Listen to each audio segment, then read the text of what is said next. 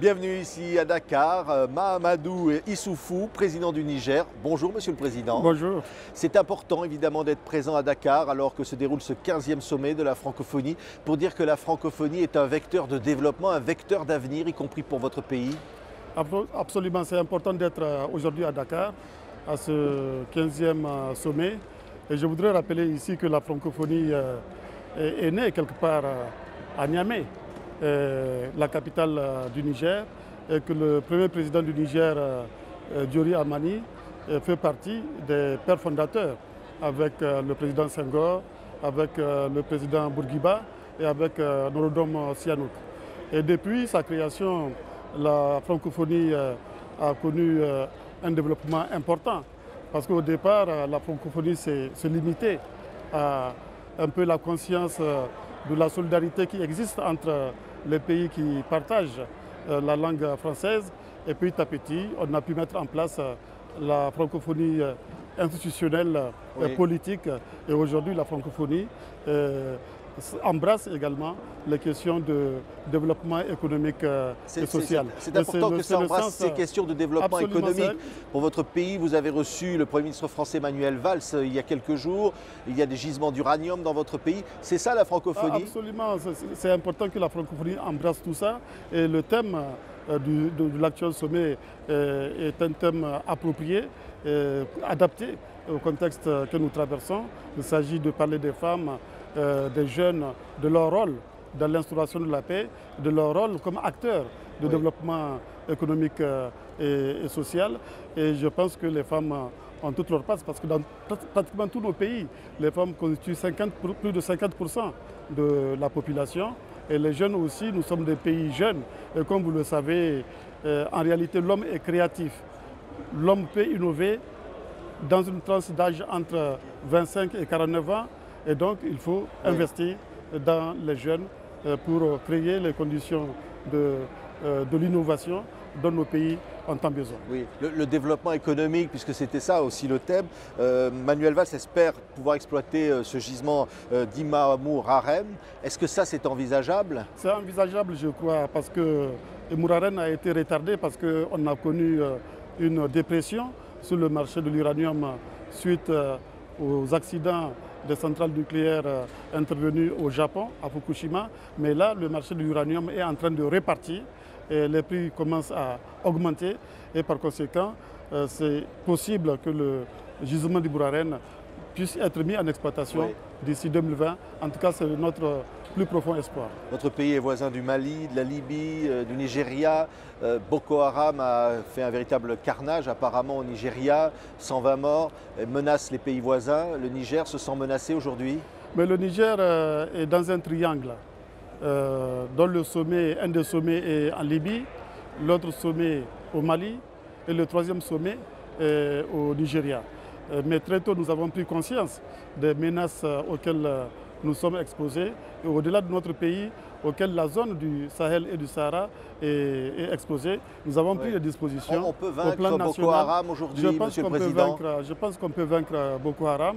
Comment on a tenu récemment un sommet des chefs d'État du bassin du lac Tchad à Niamey. Nous avons décidé de mutualiser nos moyens de renseignement.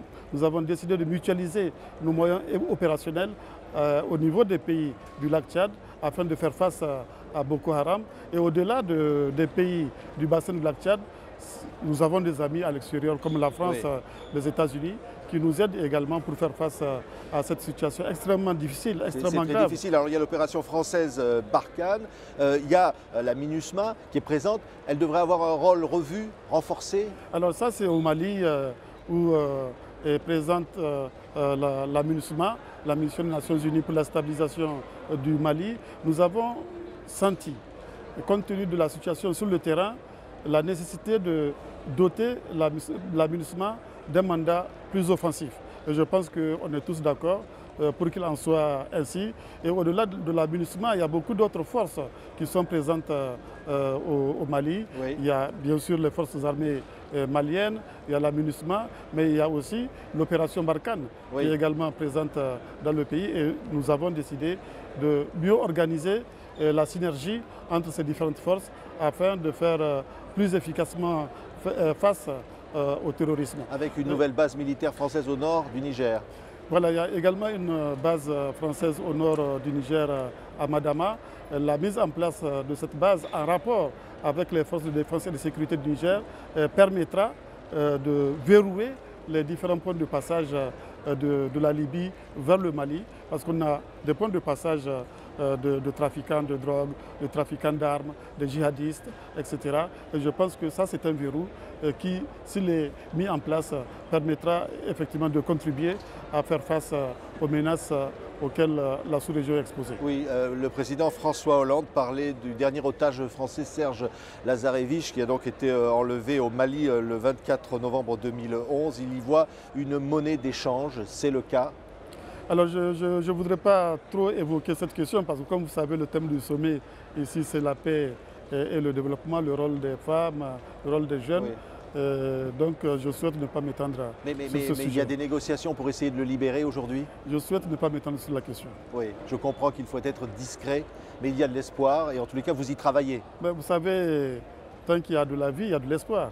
On a eu la preuve de vie il n'y a pas longtemps et par conséquent, on espère que un jour ou l'autre, on parviendra à créer les conditions de sa libération. Oui.